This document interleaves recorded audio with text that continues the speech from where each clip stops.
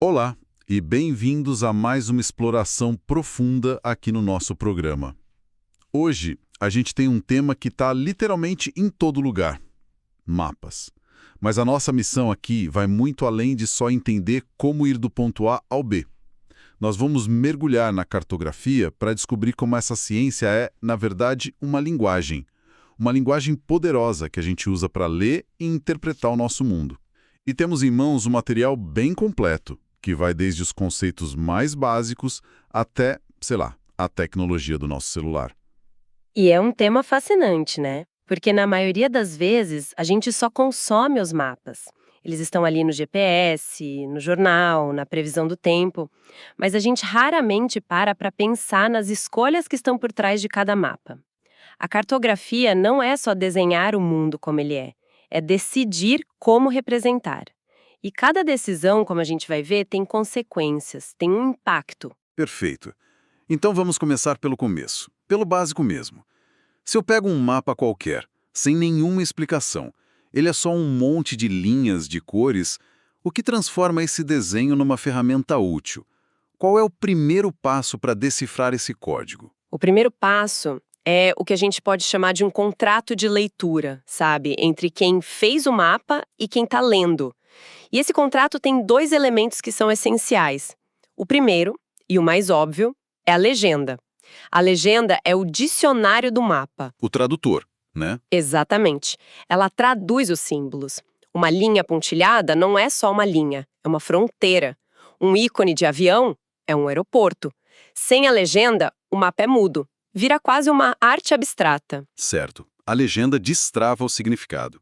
E qual seria o segundo elemento desse contrato? O segundo é a escala. E aqui a coisa começa a ficar um pouco mais interessante. E até contraintuitiva. A escala define o nível de zoom do mapa. A relação entre a distância no papel e a distância no mundo real.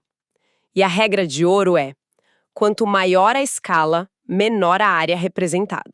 Peraí, E, consequentemente, maior o nível de detalhe. isso parece o contrário do que a gente imagina. Escala grande soa como algo que mostra o mundo inteiro. Pois é aí que tá a pegadinha. Uma escala grande, tipo 1:5.000, significa que 1 centímetro no mapa equivale a 50 metros na realidade. Com essa escala, você mapeia um bairro. Você vê o nome da rua, onde fica a padaria, os quarteirões. Muito detalhe. Centímetro pode representar 500 quilômetros. Você vê os continentes, os oceanos, mas perde todo o detalhe local. A escolha da escala é a primeira grande decisão, porque ela define o propósito do mapa. Entendi. A escala não é só um número no canto. É a definição da história que aquele mapa vai contar. Se vai ser uma história de perto, detalhada, ou uma visão mais ampla, mais geral. Ok, então já sei o que os símbolos significam e qual é o nível de zoom. Mas e a localização?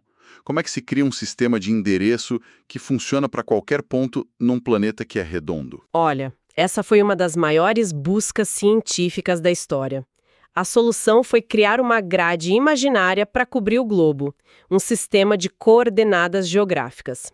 Ele se baseia em duas medidas, latitude e longitude. Certo. A latitude foi a parte mais fácil.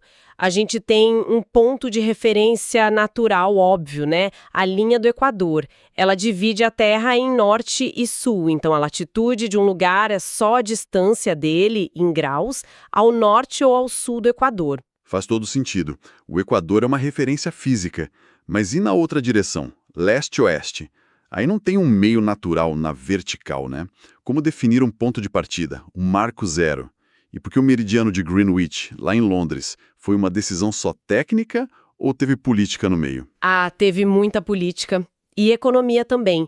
Por séculos, os navegadores conseguiam achar a latitude olhando as estrelas, mas a longitude era um mistério perigoso. Não saber sua posição leste-oeste causava naufrágios terríveis, perdas comerciais gigantescas. Nossa. A solução pro problema da longitude dependia de uma coisa: tempo. Se um navio soubesse a hora exata num ponto de referência e comparasse com a hora local, a diferença de tempo revelaria a longitude. E quem dominasse a navegação dominaria o comércio. A Inglaterra, no auge do Império no século XIX, investiu muito nisso e estabeleceu o Observatório Real em Greenwich como centro dos seus mapas. Em 1884, numa conferência internacional, eles usaram essa influência toda e, pronto, Greenwich virou o Marco Zero universal. Quer dizer que a linha que define se a gente está no hemisfério leste ou oeste é, na verdade, um legado do poder naval britânico. Isso é muito fascinante. Totalmente. E essa decisão teve uma outra consequência que organiza o nosso mundo até hoje. Ao definir um marco zero para o espaço, eles também criaram um marco zero para o tempo. O mundo foi dividido em 24 fusos horários, e o ponto de partida para essa contagem é justamente Greenwich. É por isso que a gente vê tanto aquela sigla GMT, Greenwich Mean Time. Claro. Então, a mesma grade que nos impede de nos perdermos no oceano é a que sincroniza as nossas reuniões por vídeo hoje. Isso conecta tudo de um jeito impressionante, mas essa grade perfeita no globo nos leva a um outro problema, que é quase filosófico. Como você pega essa esfera, a Terra, e representa ela de forma fiel numa superfície plana, um papel na tela do celular? A resposta curta e grossa é: não consegue. É geometricamente impossível. Pensa em tentar achatar uma casca de laranja. Não tem como fazer isso sem que ela rasgue, estique, ela vai se deformar. Certo. Qualquer tentativa de transformar o 3D do globo no 2D de um mapa, que é o que a gente chama de projeção cartográfica, vai inevitavelmente causar distorções. E aqui está o ponto crucial. Não existe mapa perfeito ou errado. O que existem são mapas que escolhem o que distorcer. Como assim? Escolhem o que distorcer? Um cartógrafo precisa decidir o que é mais importante para o objetivo daquele mapa, entende? Ele quer preservar as formas corretas dos continentes? Ok, mas aí as áreas vão ficar distorcidas. Ele quer que o tamanho relativo dos países seja preciso? Tudo bem, mas aí as formas vão ficar meio estranhas, esticadas. Todo mapa é uma escolha, um compromisso. E o exemplo mais famoso disso, que muita gente deve ter visto na escola, é a projeção de Mercator.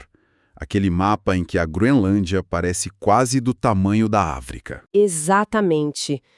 A projeção de Mercator foi criada lá no século XVI para uma coisa bem específica: navegação. Nela, as linhas de longitude e latitude são retas e se cruzam em ângulos de 90 graus. Isso era genial para um capitão de navio.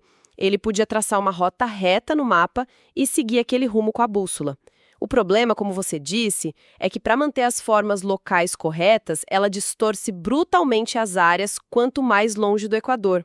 A Groenlândia parece enorme, a Europa também, enquanto a África e a América do Sul parecem encolhidas. E qual o impacto disso para além da geografia? O impacto é que essa distorção não é só geométrica, ela tem um peso político. Por séculos, o mapa de Mercator foi o padrão nas salas de aula, nos escritórios.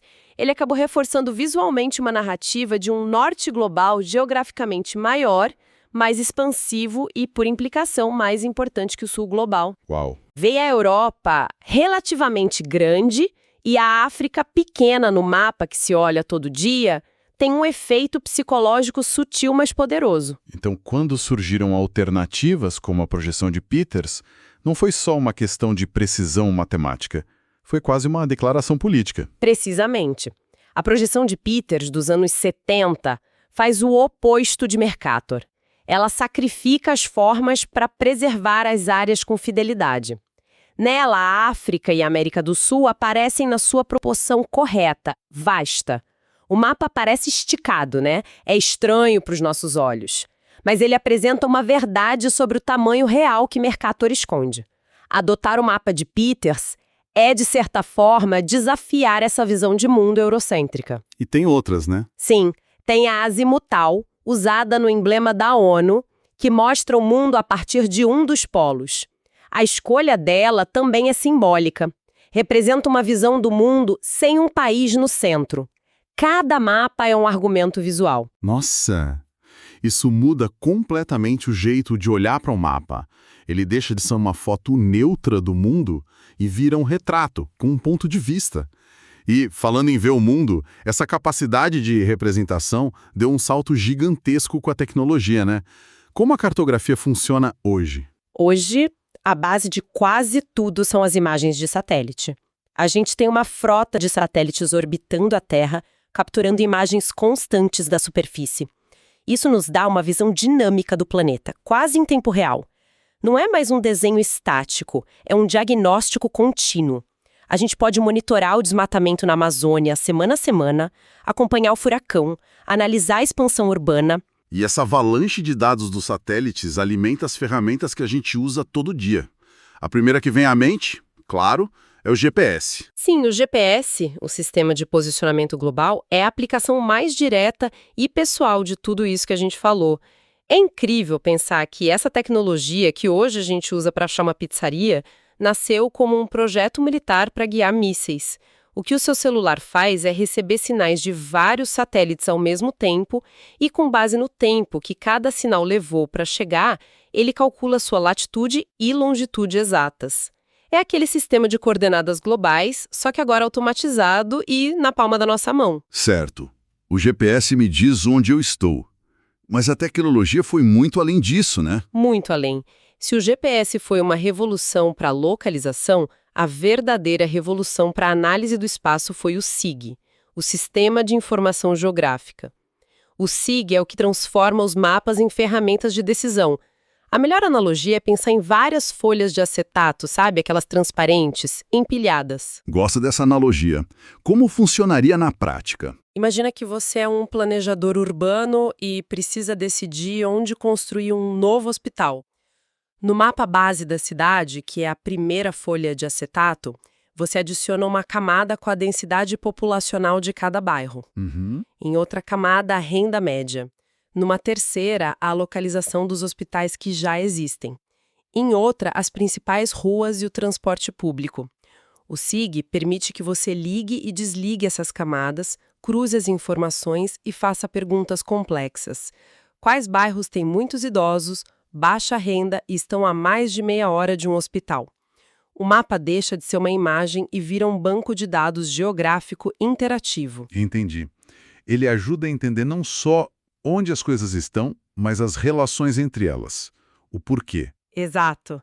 O porquê de estarem ali e o como a gente pode intervir. Então, para a gente amarrar todas essas pontas, a gente saiu de algo simples como uma legenda, passou pela invenção de uma grade global que acabou organizando o nosso tempo, descobrimos que todo mapa plano é uma distorção com um ponto de vista e chegamos a sistemas que usam satélites para planejar o futuro das cidades.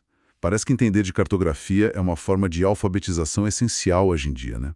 Sem dúvida. A conclusão é que os mapas não são um reflexo passivo da realidade. Eles são ferramentas ativas que constroem a nossa percepção da realidade. Entender os fundamentos, escala, projeção, as escolhas por trás dos dados, nos transforma de leitores passivos em intérpretes críticos. A gente pode olhar para qualquer mapa e começar a perguntar: qual é a história que este mapa está me contando?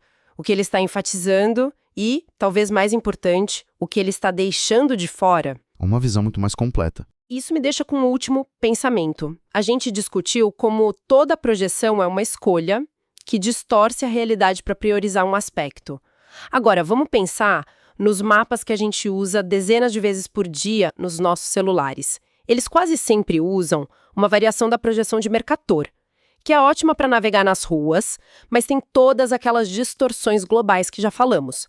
Que distorções a gente está internalizando e aceitando como normais só pela onipresença desses mapas digitais? O que a popularidade desse tipo de mapa nos diz sobre o que a nossa sociedade hoje valoriza?